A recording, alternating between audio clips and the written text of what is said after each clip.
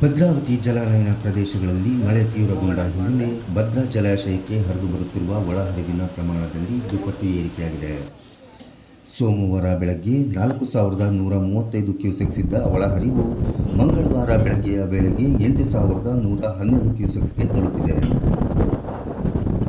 ಇದರ ಪರಿಣಾಮವಾಗಿ ಜಲಾಶಯ ನೀರಿನ ಮಟ್ಟ ಒಂದೇ ದಿನಕ್ಕೆ 1 ಅಡಿಯಷ್ಟು ಹೆಚ್ಚಳವಾಗಿದೆ.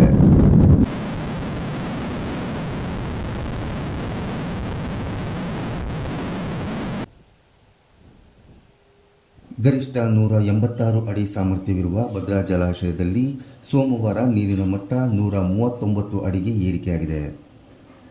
ಪ್ರಸ್ತುತ ಜಲಾಶಯದಲ್ಲಿ 27,231 ಟಿಎಂಸಿ ನೀರು ಸಂಗ್ರಹವಿದ್ದು, ಹೊರಹರಿವನ್ನು 212 ಕ್ಯೂಸೆಕ್ಸ್ಗೆ ಸೀಮಿತಗೊಳಿಸಲಾಗಿದೆ.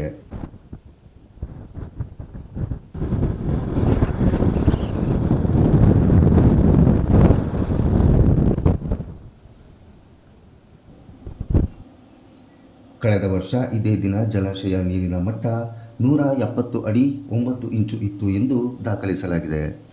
ಮಲೆನಾಡು ಭಾಗಗಳಲ್ಲಿ ಮುಂಗಾರು ಮಳೆ ಮತ್ತಷ್ಟು ಚುರುಕಾಗಿರುವುದರಿಂದ ಮುಂಬರುವ ದಿನಗಳಲ್ಲಿ ಜಲಾಶಯಕ್ಕೆ ಒಳಹರಿವಿನ ಪ್ರಮಾಣ ಇನ್ನಷ್ಟು ಹೆಚ್ಚಾಗಲಿದೆ ಎಂದು ಅಂದಾಜಿಸಲಾಗಿದೆ.